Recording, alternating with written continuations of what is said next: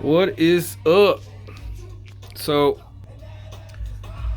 I'm gonna start this little series of videos that I wanted to make because I mentioned it on the intro video that I made previously that I actually went back and I deleted all the videos that I had before because I just wasn't happy with them. They were just real bad. I mean, they were pretty much the same format of what I'm gonna do now. I don't really like write anything down. I just kind of turn on the camera and start going, and that's how I'm gonna do it. That's how I like to do it, except back then I was a little bit dumber. I didn't know what the fuck I was doing, and now I find that I'm a little bit more knowledgeable. I know more about the equipment that I have, and I got a lot more vinyl too, so that should be a little bit more I could go more in depth in a lot more things. So with that being said, I'm gonna get right into it. So I got into vinyl about a year ago, and I mean, for me, it just came natural. I started collecting because I've always been a music collector. I just always had CDs, and like no shit, one day I just woke up and I decided, you know what? I want to start collecting vinyl, and this is pretty much where I'm at right now. Year later, and it's seriously an addiction. I only recommend it to people that really want to nosedive into this thing like I did and don't half-ass anything. I mean, go in 100% full steam ahead. That's the only way you need to do it. If you're gonna buy one of those little shitty cross-leaf fucking like suitcase little CD, not CD, but record players. You know what? Just stick to streaming, stick to Spotify, iTunes, whatever. Stay away from this. This is you need to be committed to this. And honestly, I can only tell you from my own personal experience, it's very fulfilling. I really, really enjoy how involved it is, how you have to immerse yourself into collecting vinyl because it's just so much fun. And yes, it's inconvenient. Most people they would ask me, what the fuck are you doing with vinyl nowadays? It's 2018, 2019. What are you doing with vinyl? I say, you know what? I don't know. It keeps my sanity. I found something that kept me sane. And this is like the best thing in the world to me right now. And probably will be for the rest of my life because I see no signs of me slowing down. So now that you know, let me get into it, right? So what I got here is I just took out all the stuff all the essentials pretty much. You don't need this lighter, that's just kind of sitting around. So basically what we have here is, this is the most basic DJ setup you can have, right? So I got 2 turntables and a mixer, and I'm not a DJ yet. I'm just learning the ropes and learning how to do DJ stuff, mixing, cutting, scratching, beat matching, so on and so forth. So let me show you just basic stuff that you need if you're gonna even think of starting to collect vinyl, right? This is more or less like a be warned, right? Make sure that you have all this stuff. Otherwise, if you're not gonna go out and get this in depth, just don't even do it. You know what I mean? So first things first, you're gonna need to clean your vinyl, right? So this thing right here, this is a velvet brush that you pretty much, you turn on turntable and you spin your record and you just kind of run it right there like that, you don't have to push down on it. And then when you pull it out, it's gonna have whatever little bit of dust is stuck on it. I just like to just wipe it on my shorts and move on with my life, you know what I mean? So that's one of the things you got to keep in mind.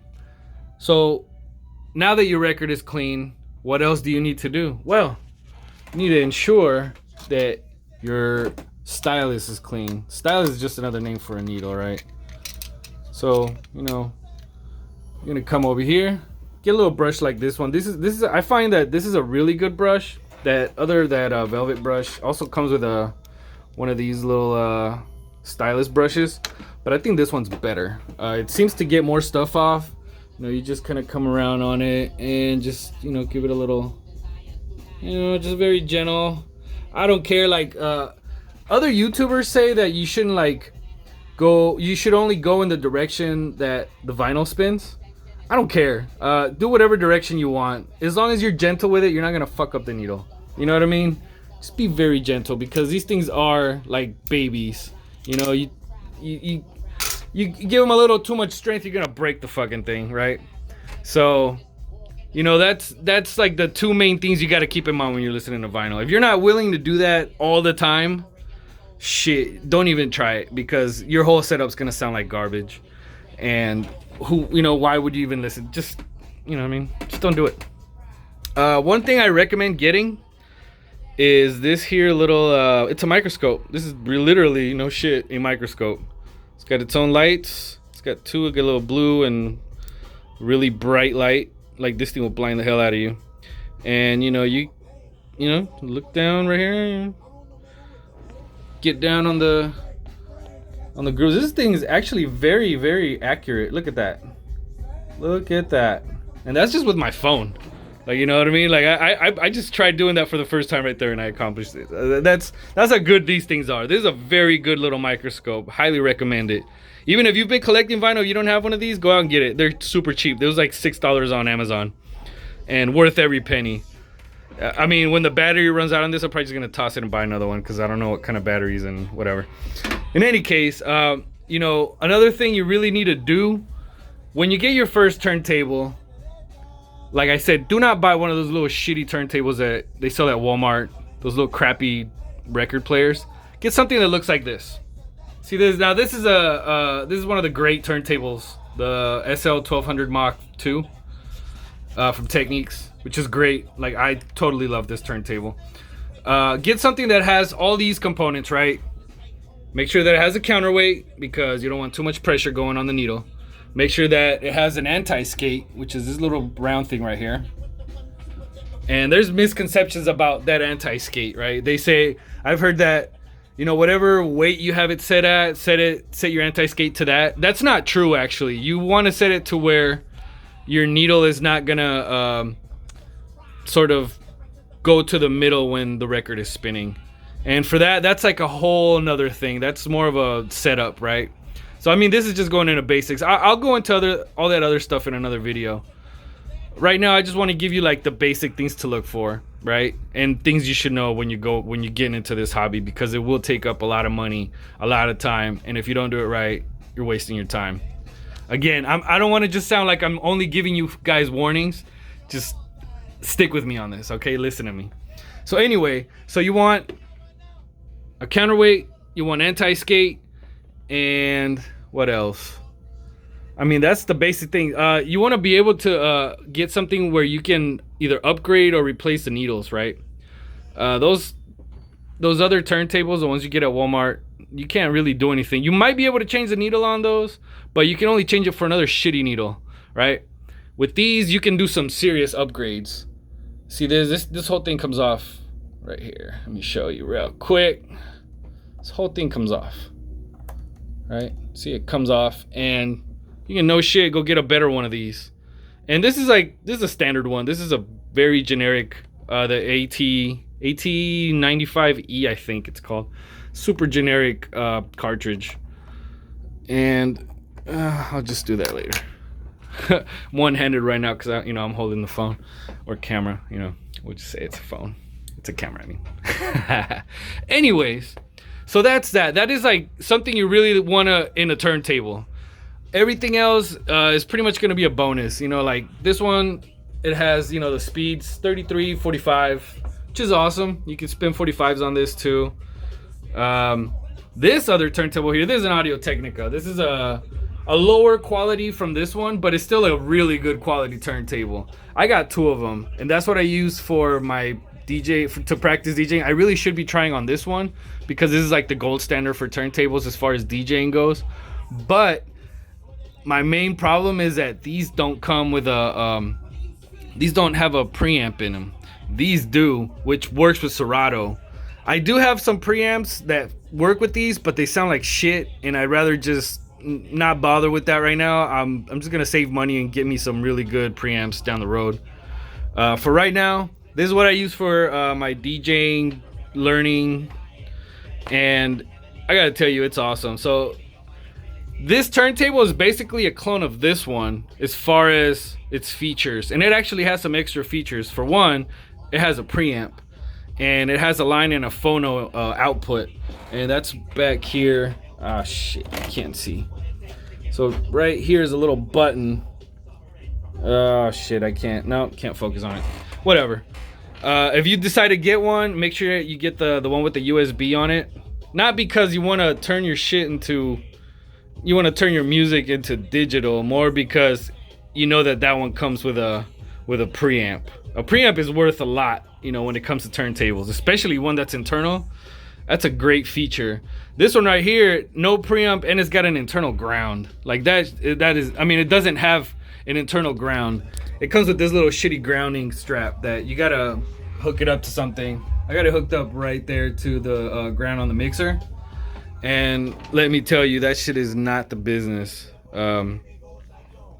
So just moving right along. I don't want to make this video that long because, you know, you motherfuckers don't have a good attention span. Anyways, so like I said, you want something that you can upgrade, right? So if you want to do any kind of DJing, this is one of the best cartridges for DJing. The Shure M44 TAC 7s. Right, so this little bad boy right here is pretty much what was anointed by DJs of yore. They pretty much said that, hey, this is the best cartridge needle combination to DJ with, and I must tell you, they were right. This thing is awesome. The sound quality of it is great. The needle doesn't jump. It's got a nice little weight to it, and you know, I got two of them.